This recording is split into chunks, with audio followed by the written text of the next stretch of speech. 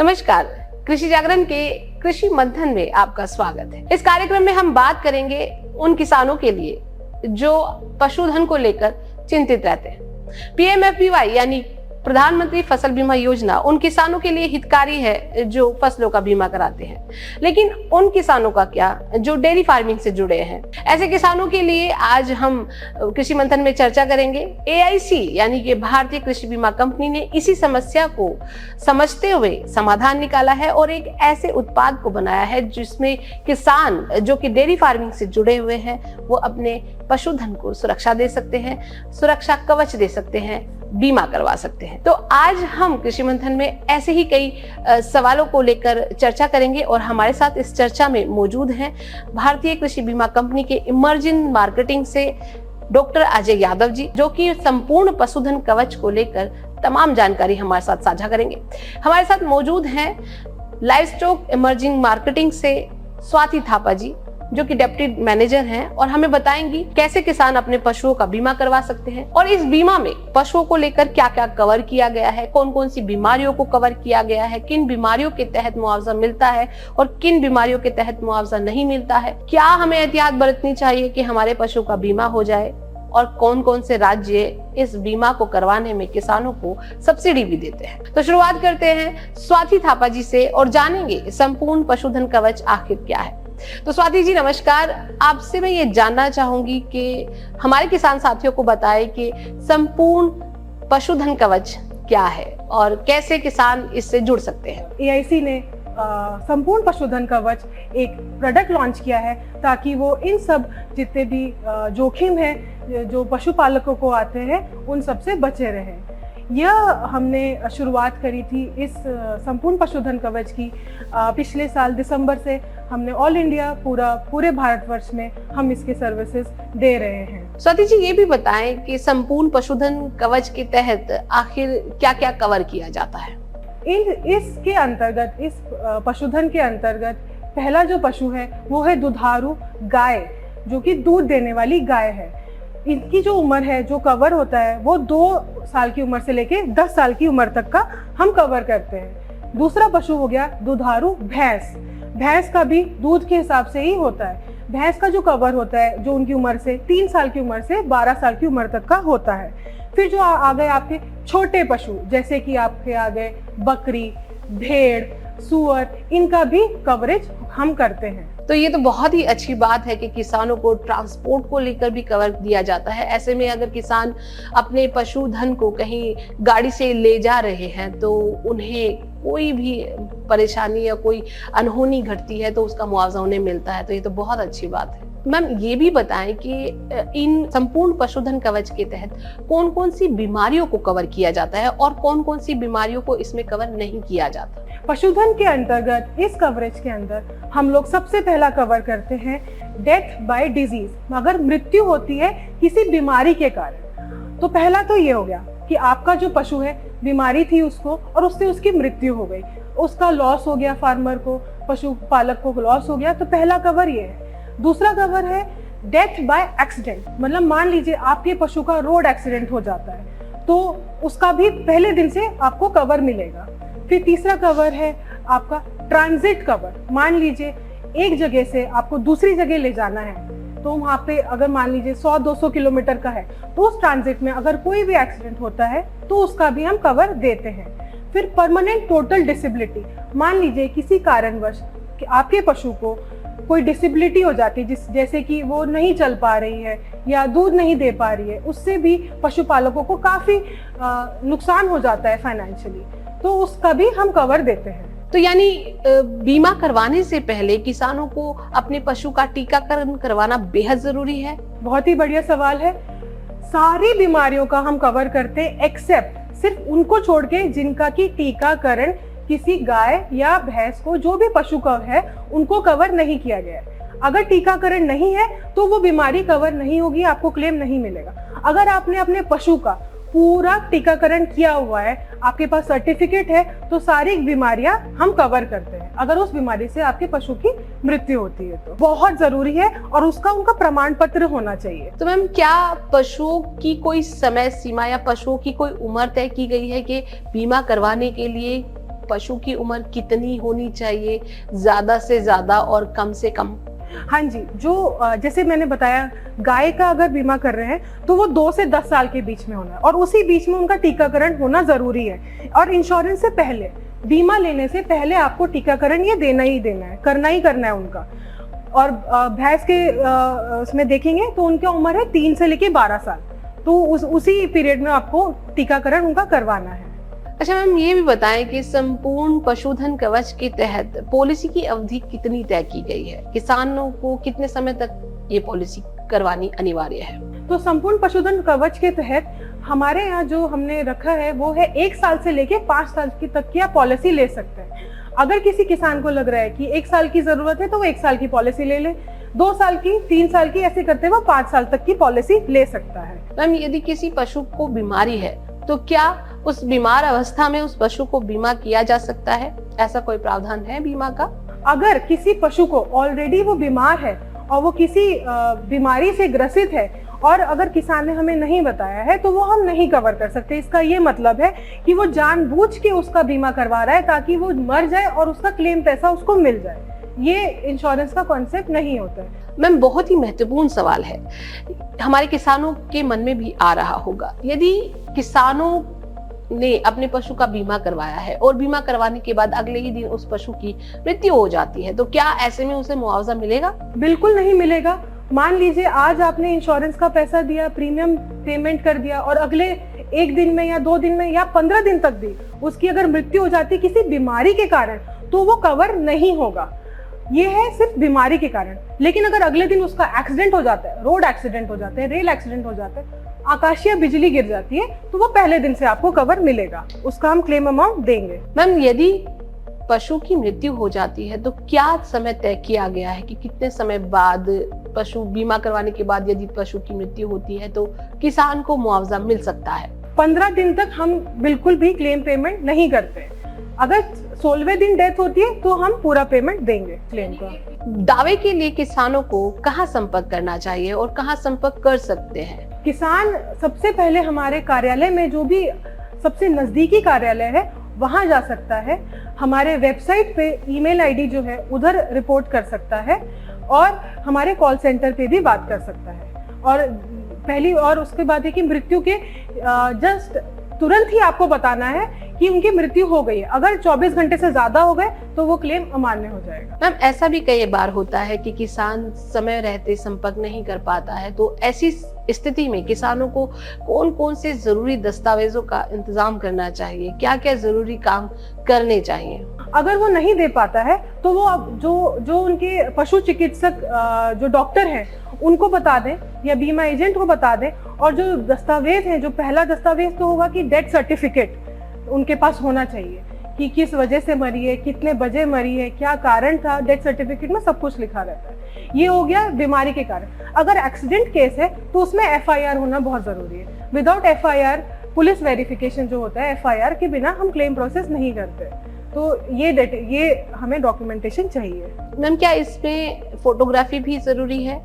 अगर पशु मर जाता है तो उस पशु की फोटोग्राफी भी जरूरी है? जब डेथ हुई है उसका फोटोग्राफ भी होना बहुत जरूरी है, विद उनका जो ईयर टैग नंबर है, जो कान का आइडेंटिफिकेशन जो होता है, जिसकी वजह से हम आइडेंटिफाई कर पाते हैं कि हाँ यही बीमित थी और इसी की ही मृत्यु हुई है, इसी पशु की मृत्यु हुई है, तो वो भी जरूरी है। मैम, अभी आपने जिक्र किया है पहचान का, मेरा अगला सवाल यही है कि आप कैसे पशु की पहचान करते हैं कि इस पशु को बीमा किया गया है, ये पशु बीमित है या नहीं है, ये कैसे पहचाना जाता है? जी, तो हम ऐसे, क्योंकि बहुत सारे गाय भैंस ऑलमोस्ट सेम दिखते हैं, तो इसमें हम आइडेंटिफिकेशन का सबसे पहला मार्क आता है कि 12 डिजिट का यूनिक टैग रहता है उनके कान में, जो आजकल येलो कलर का आपने देखा होगा, 12 डिजिट का यूनिक टैग होता है। तो वो हम देखते हैं at the time of enrolment, जब हम बीमा करते हैं आपके पशु का, वो टैग हम नंबर नोट कर लेते हैं। फिर जब आपके पशु की मृत्यु होती है हम वो टैग नंबर मैच करते हैं कि ये वही पशु है या नहीं है, तो उस हिसाब से फिर हम क्लेम पेमेंट करते हैं। तो फोटो लेना भी उसका जरूरी है, ईयर टैग का फोटो। स्वाति मैम, थोड़ा सा अलग सवाल है, जानना चाहेंगे कि यदि इस सूरत में किसी कारणवश पशु का टैग गुम हो जाता है, टूट जाता है, तो किसानों को ऐसी सूरत में क्या करना चाहिए? किसानों को किससे संपर्क करना चाहिए? हाँ जी, उस सूरत में री टैगिंग का एक ऑप्शन आता है। जैसे ही टूट गया खो गया, कुछ भी हो गया, तो तुरंत वो अपने पशु चिकित्सक डॉक्टर को बताएं और वो हमें इन्फॉर्म करें कि मेरी गाय का टैग खो गया है या टूट गया है। तो रीटैगिंग होगी, उसके बाद हम अपना डेटाबेस में हमारे पास पूरा इंफॉर्मेशन आएगा फोटोग्राफ्स के साथ। जो भी पशु है उसका पूरा फोटोग्राफ्स, आगे पीछे, उसका टेल, साइड विद ओनर, जो भी उसके मालिक हैं उनके साथ फोटोग्राफ आएगी। फिर हम पूरा उसका डेटाबेस चेक करेंगे, वो हम चेंज कर देंगे नए टैग के हिसाब से। तो हमारे साथ स्वाति जी ने काफी गहनता से जानकारी दी है, लेकिन कुछ तकनीकी ऐसी जानकारी भी जरूरी है जो किसानों को अपने पशुओं का बीमा करवाने के लिए आवश्यक होती है, जिसकी जानकारी हमें देंगे डॉक्टर अजय यादव जी, जो हमें बताएंगे इस संपूर्ण पशुधन कवच के लिए कौन कौन से व्यक्ति पात्र हो सकते हैं, कौन कौन से किसान हैं जो संपूर्ण पशुधन कवच करवा सकते हैं। अजय जी, आपका स्वागत है कृषि मंथन में। नमस्कार। तो अजय जी, मेरा आपसे पहला सवाल ये है कि संपूर्ण पशुधन कवच की राशि का मूल्यांकन कैसे किया जाता है, कैसे निर्धारित किया जाता है कि इस पशु का मुआवजा या इस पशु का बीमा कितना होना चाहिए, कितनी राशि का होना चाहिए, इस पशु की कीमत कितनी होनी चाहिए, ये सारे मूल्यांकन कैसे किए जाते हैं? जी, जैसे कि हम बता दें कि अगर पशु जो होते हैं किसान के पास, उनकी कुछ एक वैल्यू होती है। जैसे कुछ भैंस हैं जिसकी वैल्यू 1 लाख से ऊपर होती है किसानों की। यदि उन पशुओं का मृत्यु हो जाता है तो उनके लिए वो एक एसेट है, और उस एसेट को लॉस को फुलफिल करना, मतलब उसे उस लेवल पे लाना कि ताकि वो नए पशु को खरीद सके। इसीलिए हमें एक मूल्यांकन करना पड़ता है पशुओं का कि हम एक बीमा राशि तय कर सके। हमें पहले तो ये तय करना होता है कि जो पशु को हम बीमित करने जा रहे हैं वो पूरी तरीके से स्वस्थ दुरुस्त है या नहीं, किसी बीमारी से पीड़ित तो नहीं है। उसके बाद हम उसकी जो ब्रीड होती है, मतलब गाय है, यदि वो दुधारू भैंस है, यदि वो भेड़ या बकरी है तो कौन से प्रजाति की भेड़ बकरी है, दैट इज हम उसे इंग्लिश में कहते हैं ब्रीड। तो यदि हम गाय का देखें, दुधारू गाय का अगर हमें मूल्यांकन करना है, यदि एक दुधारू गाय मान लो अगर 1 लीटर दूध दे रही है तो उसका मूल्यांकन हम 1 लीटर दूध का इक्वल टू 3000 रुपये, मतलब 3000 रुपये के उस पे करते हैं प्रति लीटर दूध पे। तो यदि वो दिन का 10 लीटर दूध दे रही है तो कहीं ना कहीं से उसका 30,000 रुपया कीमत तो फिक्स है। हम ये भी तय करते हैं कि वो पशु का रंग रूप कैसा है, उसका चाल ढाल कैसा है, मतलब बराबर से चल फिर रही है। और यदि ये सब चीज़ें, ये सब जो हमारा जो स्टैंडर्ड है, इसको अगर हमारे पशु फुलफिल करते हैं तो उसका मूल्यांकन जो है वो हम एक सुनिश्चित करते हैं कि ज़्यादा से ज़्यादा हम उसका मूल्यांकन कर सके और ज़्यादा से ज़्यादा हम उसे बीमित राशि दे सके। आपके इस जवाब से क्या ये समझा जा सकता है कि पशु का मूल्य यहाँ पर महत्वपूर्ण नहीं है, कि पशु जिस कीमत से खरीदा गया है उसकी कोई वैल्यू नहीं है? जी, ऐसे हम नहीं कहेंगे। मैं आपको एक उदाहरण बताता हूँ। जैसे पिछले वर्ष जो लंपी वायरस का एक प्रकोप आया था, तो उस वक्त हमारे पास ऐसा कुछ वैक्सीनेशन अवेलेबल नहीं था उस वायरस के लिए। तो उस तौर पे जो भी पशु उस वायरस के चपेट में आए थे और उनकी जब मृत्यु हो गई थी उस वायरस के कारण, तो हमारी बहुत सारी बीमा कंपनियों ने उनका जो क्लेम है, उनका जो बीमा है, उसको उन्होंने पे किया था, उन्होंने मना नहीं किया था। अब इसमें जो पशुपालक है उसकी जो रिस्पॉन्सिबिलिटी होती है ये होती है कि वो अपने पशु जिसकी एक वैल्यू है, जिसका एक मान लो मूल्यांकन ज़्यादा है, वो उसका जो देखभाल करे और उसका टीकाकरण करवाए नज़दीकी पशु चिकित्सक कार्यालय में जाके, और उन पशु चिकित्सक को अपना आवेदन पत्र देके उसका टीकाकरण करवाए। और टीकाकरण होने के बाद सुनिश्चित होता है पशु कहीं ना कहीं से, जब टीकाकरण वैक्सीनेशन जब उसे दिया गया है तो हालांकि वो बीमारी कभी नहीं आएगी। यदि उस टीकाकरण देने के बावजूद भी यदि वो बीमारी आ जाती है या फिर उस पशु को उस पर्टिकुलर डिसीज के वजह से डेथ हो जाता है, तो हम बीमा राशि तो उसे पे करते हैं, हम मना नहीं करते हैं। अजय जी, अब सबसे महत्वपूर्ण सवाल, संपूर्ण पशुधन कवच के लिए किसानों की पात्रता के क्या मापदंड है? यदि कोई भी किसान इस पॉलिसी को लेना चाहता है तो वो ले सकता है। ये जो हमारी जो पॉलिसी है इंडिविजुअल, मतलब एक सिंगल किसान भाई के लिए भी है, और बहुत सारे ऐसे किसान भाई हैं जो किसी मिल्क यूनियन से जुड़े हुए हैं, किसी डेयरी से जुड़े हुए हैं, या किसी एक ऑर्गेनाइजेशन से जुड़े हैं जो फार्मर्स की होती है, उनके थ्रू भी हम अपना जो पॉलिसी है इसे हम सेल करते हैं। इसमें ये भी बताया गया है कि हमारी बहुत सारी गवर्नमेंट स्कीम्स होती हैं, जैसे कि नेशनल लाइवस्टॉक डेवलपमेंट मिशन होता है, जहाँ पे हमारी गवर्नमेंट सपोर्ट करती है हमारे पशुपालकों को उनके बीमा उनके जो पशु हैं उनको बीमित करने के लिए, उन्हें प्रोटेक्शन देने के लिए। तो इस स्कीम के तहत में हमारी जो सरकार है उसकी जो बीमा राशि होती है वो 50% 50-50% शेयर होता है, जिसमें 50% जो उसकी बीमा राशि है वो हमारी गवर्नमेंट बेयर करती है, और बाकी के जो है राशि जो है वो कुछ उसमें से भी 50% सेंट्रल गवर्नमेंट बेयर करती है, और 50% में से जो है 25% जो है हमारी स्टेट गवर्नमेंट बेयर करती है, और 25% हमारे जो किसान भाई हैं उन्हें देना होता है। अजय जी, ये भी बताएं, संपूर्ण पशुधन कवच के तहत कौन कौन से राज्य हैं जो किसानों को सब्सिडी दे रहे हैं, और कितना फीसदी सब्सिडी इनको दिया जा रहा है? जी, जैसे कि मैं बता दूं कि हमारे जो राज्य हैं जहां पे हम AIC की हमारी SP की पॉलिसी हम बेच रहे हैं, वो गुजरात में है, कर्नाटका में है, और मध्य प्रदेश में है, राजस्थान में है, यूपी में है, हरियाणा में है, इवन वेस्ट बंगाल में है। सो ज़्यादातर सभी राज्यों में हमारा ये जो SP के पॉलिसी है वो अवेलेबल है। हमारे निजी कार्यालय जो AIC का है वहाँ पे हमारे एक पशुपालक या किसान भाई अप्रोच कर सकते हैं और इस पॉलिसी को खरीद सकते हैं, या इस पॉलिसी का जो लाभ है वो उठा सकते हैं अपने पशुओं के लिए। अजय जी, थोड़ा ये भी समझना चाहेंगे कि संपूर्ण पशुधन कवच के तहत 1 साल की पॉलिसी के लिए कितना प्रीमियम दर होना चाहिए या होता है? यदि कोई किसान खुद से लेना चाहता है पॉलिसी अपने पशु को कवर करने के लिए, तो 1 साल के लिए मिनिमम जो मिनिमम प्रीमियम दर होती है वो होती है 3 से लेके 5% के बीच में होता है, 3% से लेके 5%।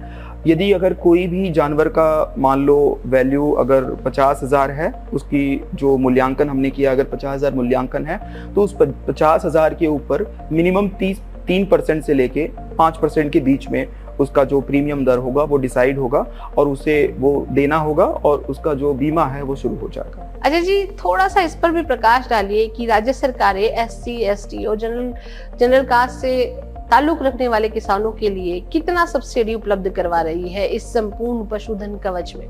बिल्कुल, जैसे कि मैं आपको बता दूं, हमारा जो NLM स्कीम होता है, नेशनल लाइवस्टॉक डेवलपमेंट मिशन जो होता है, उसमें जो प्रीमियम दर होती है वो मान लो अगर 3 या 3.5% है, तो उसमें से भी जो है कुछ ही हिस्सा जो होता है, जैसे कि 25% जो दर है वो किसान को ही देना होता है। बाकी के जो है राशि वो हमारी सरकार सब्सिडी के रूप में बीमा कंपनी को देती है। सर, अजय सर, ये भी बताएं कि एक समय में किसान कितने पशुओं का बीमा करवा सकता है, और अगर उसे सब्सिडी लेनी है तो क्या उन पशुओं को सब्सिडी भी मिलती है अगर वो एक समय में 4 से 5 पशुओं का बीमा करवा रहा है तो? जी बिल्कुल, जैसे कि यदि हम एक सिंगल किसान अगर खुद से पॉलिसी लेना चाहता है तो वो अपने मतलब 5 से लेके 10 या 15 जितने भी उसके पशु हैं उसे वो कवर कर सकता है।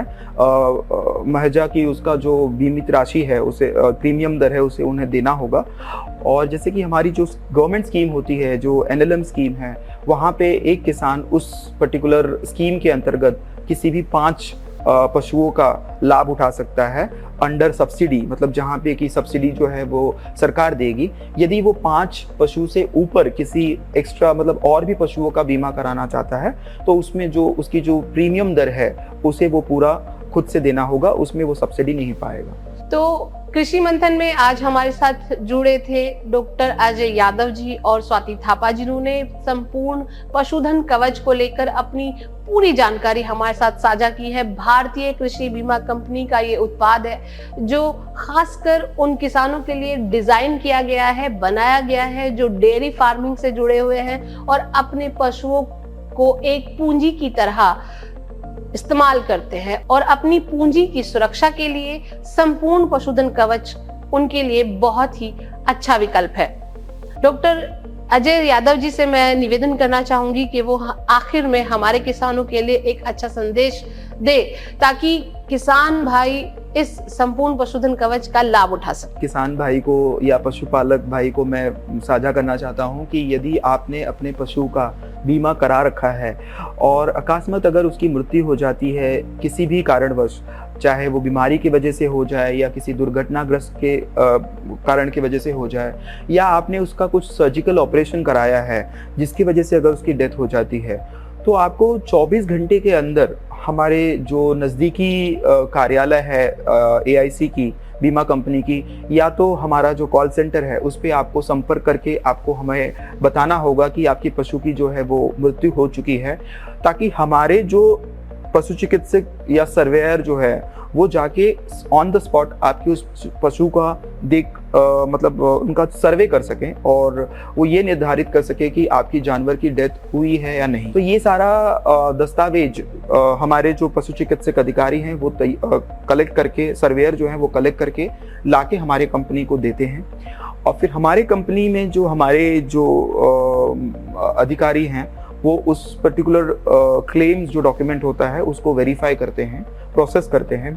यदि वो क्लेम पेएबल है, यदि वो जेन्युइन क्लेम है और उसको क्लेम हमें देना है, तो वो उस क्लेम को पे करते हैं। जैसे कि 10 दिन के अंदर या 15 दिन के अंदर एक समय हमने निर्धारित किया हुआ है, और यदि वो क्लेम नहीं पेएबल है, उस क्लेम को हम प्रोसेस और डीपली इन्वेस्टिगेट करते हैं, और फाइनली हम ये किसान भाई को साझा करते हैं कि आपका ये क्लेम जो है जेन्युइन नहीं था, और इस वजह से हम उस बीमा राशि को आपको हम नहीं दे पाएंगे। यानी अजय जी का मानना है कि अपने पशुओं को एक पूंजी की तरह समझे, पशुधन कवच बीमा कराने के बाद लापरवाह न बने, उनका ध्यान रखें। बेपरवाही हानिकारक साबित हो सकती है।